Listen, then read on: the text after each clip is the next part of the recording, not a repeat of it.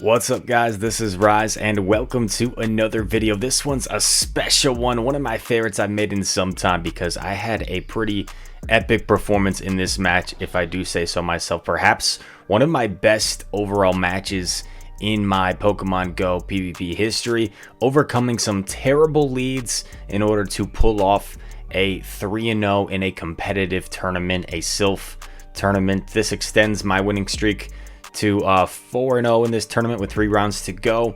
I really enjoyed these clips, these battles from today, and I'm excited to show you guys. They're gonna be at normal speed, only 3 battles, just because I think there's a lot of complex plays and strategy that went into this. Granted that it's a silph match, there's a little bit more strategy involved, and I hope you guys enjoy it. Without further ado, let's get into these battles. I think I used it correctly that time.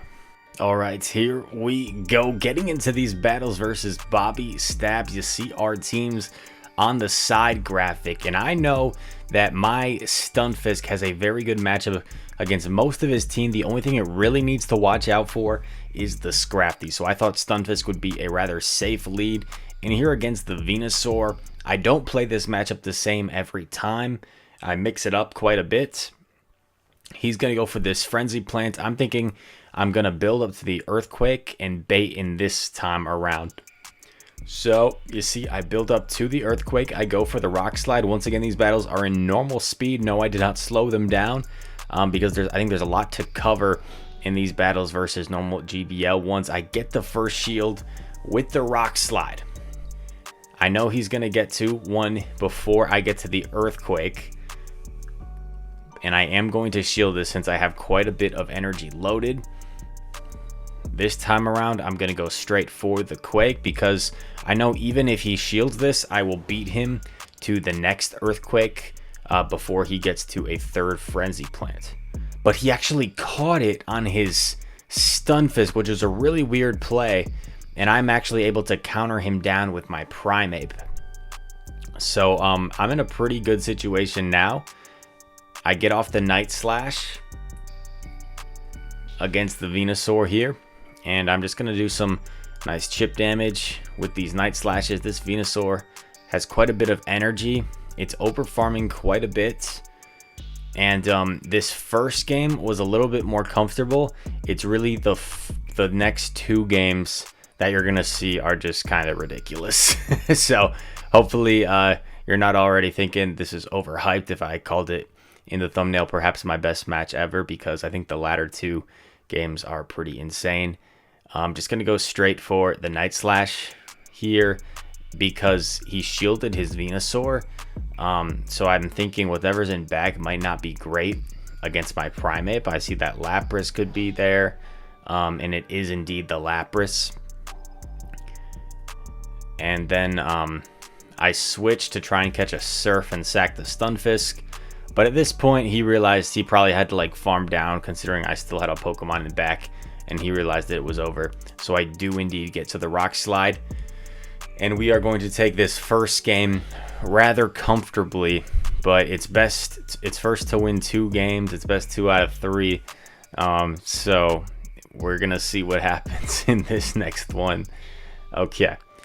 That first one was quite comfortable. We had a relatively neutral lead, Stunfisk versus Venusaur, and then it was a questionable play that he caught the Earthquake. Perhaps he thought I was going to go for another Rock Slide, and that's why he tried to sack the Stunfisk. If he did indeed catch a Rock Slide, that would have put me in a pretty tough spot. But I think him catching the Earthquake was yeah, they put him in a difficult spot. So with this team, Noctowl, Stunfisk, and Alolan Ninetales, I'm essentially just hoping that that's not a Stunfisk lead. Honestly, anything but a Stunfisk lead I'm okay with, because Stunfisk hard walls my Noctowl, and it pretty hard walls my Ninetales as well. So if he leads a Stunfisk, I really can't even swap, to be honest. I guess I could swap to Ninetales since it might be a little bit better than Noctowl, but you're gonna see how this plays out, and is not great. Okay, he leads the thing that we cannot afford to see. He leads the Stunfisk, and I know he's probably not gonna throw right away. So I'm like, staying in, and I'm just like, oh my gosh, what do I do? What do I do? I am staying in for now. I take a rock slide. You see it does a little bit less than half. This is not good. My wing attacks are doing nothing. I tried to randomly catch, just like kind of randomly time when he was going to throw the next one. I didn't do it. Definitely going to shield this in case it's an earthquake. And then I'm intrigued to see if he's going to stay in or not. He is staying in for now. Then he switches to Venusaur. And this tells me that there's no Scrafty on this team. Otherwise, he would have swapped into Scrafty. So I do get a little bit lucky that there's no Scrafty meeting my Stunfisk. And I do land the Earthquake as well, which is huge. Now I can just go straight for Rock Slide. He's getting a little bit greedy over farming. So I'm actually able to get this Rock Slide and likely get a shield here. I do get the shield. He should beat me to 2 frenzies. I think he doubled up. So I know I can take 1, so I'm going to let this first one go.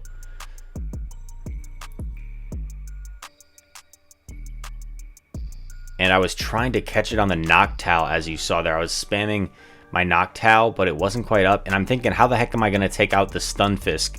So I'm actually going to shield and preserve. I store an Earthquake for the Stunfisk for later. And then I immediately swap into my Noctowl. And I have all this energy stored up with Noctowl, and I'm not quite in Rock Slide range. But I am switch locked here, which is terrible against the Stunfisk. So I'm just going to try and unleash all this energy as best as I can. Just chip down, chip away at this Stunfisk. I know a Rock Slide won't take me out as well, so I'm confident I'll still get to another move. And you see that these Sky Attacks over time, they're adding up. That's so much energy unleashed for like not that much damage. This Rock Slide will barely not take me out. And then the Mud Shots, of course, are double resisted, and Mud Shot's already a more of an energy fast move as well. I'm barely able to get to this Psychic, which is amazing for me. And I know I have energy stored on my own Stunfisk. I get off the Psychic, 3 charge moves, 3 relatively hard-hitting charge moves. Just kind of eventually make a dent in this Stunfisk. I know I have energy in my own Stunfisk, and a Rock Slide I know might not take me out from that range. So I just go for my own Rock Slide. And check this out. I get the shield. It was a CMP, and he threw his Earthquake right away, as you'll see. Don't want to reveal it already. But yeah, Earthquake comes through, takes out. I immediately swap, so that's why it had the weird little animation there. And then there's a Gallade in the back. And we just charm it down before it can get to a close combat. Barely. So, oh, and then check. Oh, but it's not over. The Stunfisk still comes back in as a Rock Slide. Can we survive the Rock Slide? Oh my goodness. We barely survive the Rock Slide. And then the charm damage goes through. And we somehow escape game number 2 with the win. After leading our Noctowl into a Stunfisk. And we had a Ninetales in back. But wait, guys. It gets crazier. I wasn't trying to mislead you with the title and the thumbnail. It gets even crazier with game number 3. So technically I already took the series, but if you guys are unfamiliar with silph, you still play 3 total games even if someone wins the first 2, because each game will affect your like point, your ranking. As you see, like my ranking, I'm a challenger. I think currently I'm ranked like 166th in the world. Unfortunately, I think my last weighted tournament didn't seem to affect my bar for some reason. I only gained like 3 spots, which is kind of unusual because I went 5-0 in a tournament, and every month you get 1 weighted tournament, which affects your ranking 10 times as much. So I weighted my 5-0, but unfortunately it didn't affect my ranking for some reason. But it's whatever. I'm more concerned about qualifying for like the end. But okay, you see we lead against the Scrafty. He stays in for a little while to do some damage. I think he tried to catch the Hydro, and I'm like, all right, risk it for the biscuit, as Ionic says. We led Stunfisk into Scrafty, a Venusaur counter swap to our Swampert, but we land the Earthquake. We land the Earthquake, and then check this out. He's going for the straight farm down because these Vine Whips do so much. I'm going to go for this Hydro Cannon to force him to shield. and he makes a mistake. He makes a mistake, guys. He shields, and we end up simul KOing. So I totally flip what's going on here, and I'm like, okay, does he come in with Scrafty or the back Pokemon? Does he come in with Scrafty or the back Pokemon? And he comes in with the back Pokemon. So I'm like, oh man, I chose the wrong one. Otherwise, I would have this game easy. But then check out this play. I have an Alolan Ninetales on my own, so I'm counting these moves. And unfortunately, my switch clock goes up right in time, and I'm able to catch what I believe will be a Psyshock here. And it is a Psyshock, and this game has totally flipped on its head. I have 2 Sky Attacks loaded with my Noctowl, and I'm keeping that in mind. And at this point, I'm thinking I'm switch locked here anyway. I'm just going to commit no shields to my Stunfisk. Stunfisk can absorb a couple of pups here and just go for the Earthquake. No point in baiting. I'm only going to get to 1 move because these counters, double vamp's going to do so much damage. I'm able to get off these mud shots, get to the Earthquake. This won't KO the Scrafty because Scrafty is very tanky, but it will do quite a bit of damage. I land the Earthquake, and at this point, I'm like, oh man, do I try and farm down to get 2 Sky Attacks off? And I'm like, you know what? I'm just going to throw this right away because these double vamped counters hit for neutral, and I think my best play is to take out the Scrafty immediately, and luckily I get both of them off before any counters get through. I denied the counters, which is amazing, and I know these charms are going to do so much. I take out the Scrafty with the Sky Attack. Now I'm just hoping I get to a move. I'm hoping I get to a move. 1 HP from that charm. I get to the move, and will this be enough to KO? Noctowl is more of a tanky Pokemon than a hard-hitting one. Sky Attack comes through. Bang, bang, boogie. Takes out the Alolan Ninetales.